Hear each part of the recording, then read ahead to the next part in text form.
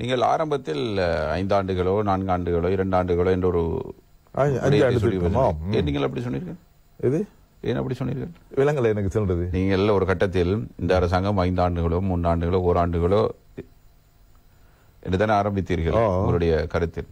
அதாவது அடுத்த தேர்தல் எல்லாருக்கும் முன்பு கூட வரலாம் என்று நீங்கள் ஏன் அப்படி சொன்னீர்கள்? இல்ல அதாவது எப்பவுமே மக்களுடைய அதாவது மக்கள் மனநிலை மாறலாம். பொதுவாக IMF போற கண்ட்ரிகள்ல தொடர்ந்து ஒரு அரசாங்கம் 5-6 வருஷம் இருந்தது இல்ல. சில நாடுகளுடைய அமைப்பு எடுத்து பாருங்க. IMF போனா அவங்களுடைய சட்டத்திட்டங்கள், அவங்களுடைய நீதி அதாவது கடுமையான அந்த சட்டங்கள், நிபந்தனைகள் இதெல்லாம் மக்கள் ஏற்றுக்கொள்ள மாட்டாங்க. அப்புறம் 1 வருஷம் 2 வருஷம் போறோம்னா மக்களுக்கு அது வெறுப்பு தட்டும். இன்னைக்கு உங்களுக்கு தெரியும், தேங்காய் இல்ல, தேங்காய் தட்டுப்பாடு, அரிசி தட்டுப்பாடு. இதே ஏப்ரல் மாசம் சிங்கள மக்கள் பொறுத்துக்கிற மாட்டாங்க. இப்படி வந்தா அதான் அரிசி இறக்குறாங்க. அரிசி இறக்குமதி பண்ண மாட்டீங்கன்னு தானே சொன்னீங்க. தேவைக்கு இறக்குமதி பண்ணணும், இல்லன்னு சொல்றதுக்கு இல்ல. அரசாங்கம் இப்போதானே வந்திருக்கிறது, நீங்கள் அவர்களுக்கு ஒரு காலவாசத்தை கொடுங்க. அதுதான் ஏப்ரல் மாசம் வரைக்கும் தாரோம். சித்திரை பெருநாள் அது வரைக்குமான காலம் போதுமானதா? 6 மாசத்துல செய்யலாம் தானே. இப்ப ஜனவரி பிப்ரவரி ஹார்வெஸ்டிங் வந்துடும்.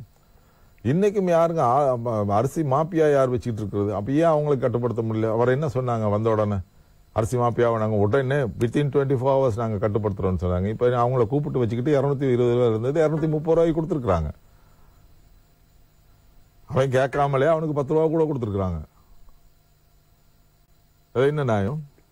இப்படி அரிசி மக்களுக்கு கொடுத்தாகணும். அதுக்காக 120 ரூபாய் இருந்த அரிசி தானே. சொன்ன விடயத்தை செய்வதற்கு காலம் தேவையில்லை. விலை குறைத்தோ அவர்களை கட்டுப்படுத்துவதோ என்பது எல்லாமே தங்கி இருக்கிறது. உணவுப் பொருட்கள் தான் மிக முக்கியம். அன்றாட பாவிக்கின்ற பொருட்கள், உணவுப் பொருட்கள், மின்சாரம், எரிபொருள், இதான் இன்னைக்கு நாட்டில் முக்கியமான பொருட்கள். உங்களுக்கு பர்ஃபியூம் வாங்கினா நீங்க என்னைக்கு வேணாலும் வாங்கிக்கலாம். ஷர்ட் வாங்குறது என்னைக்கு வேணாலும் வாங்கிக்கலாம்.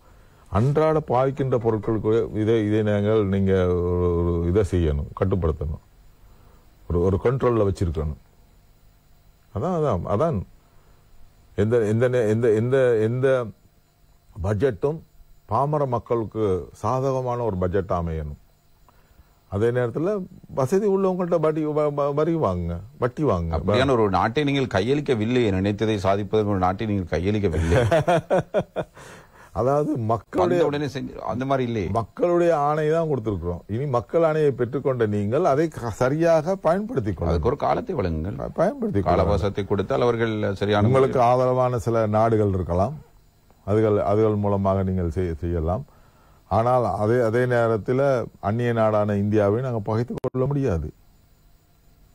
இல்ல பகைத்துக் கொள்ளவில்லை, நெருக்கமான உறவை பண்ணுகிறார்கள். வைக்கணும், பேணணும் தான் நாங்களும் சொல்றோம்.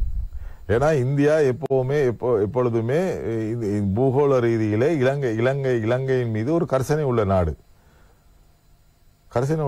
இன்னைக்கு சைனா, இப்ப தாய்வான்ல சைனா, ஏன் தாய்வான்ல எது நடந்தாலும் சைனாவுக்கு வலிக்குது?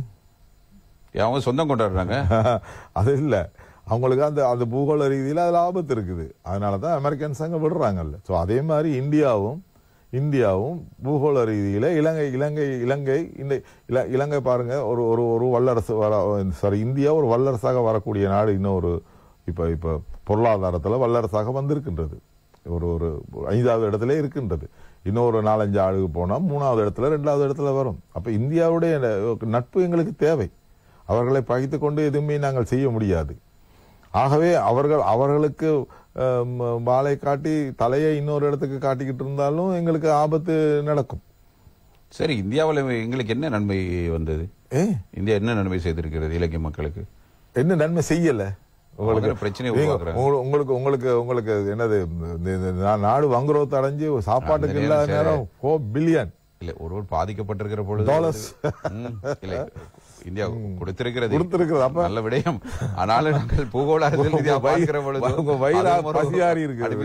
ஒரு வாய்ப்பு தானே, ஒரு நாட்டை தன்னுடைய கட்டுப்பாட்டில் வைத்திருப்பதன் ஒரு வாய்ப்பை தானே வைக்கணுங்கிற அவசியம் இல்லை. நாங்க யாருக்கும் அடிப்பணிந்தவர்களும் இல்லை. ஆனால் எங்களுடைய நட்புறவு தொடரணும். தொடர்வதை உறுதிப்படுத்தி இருக்கிறார்கள். ஜனாதிபதியினுடைய பயணம் அவருக்கு கொடுக்கப்பட்டிருந்த வரவேற்பின் மூலமாக நான் தெரிந்து கொண்டோமே.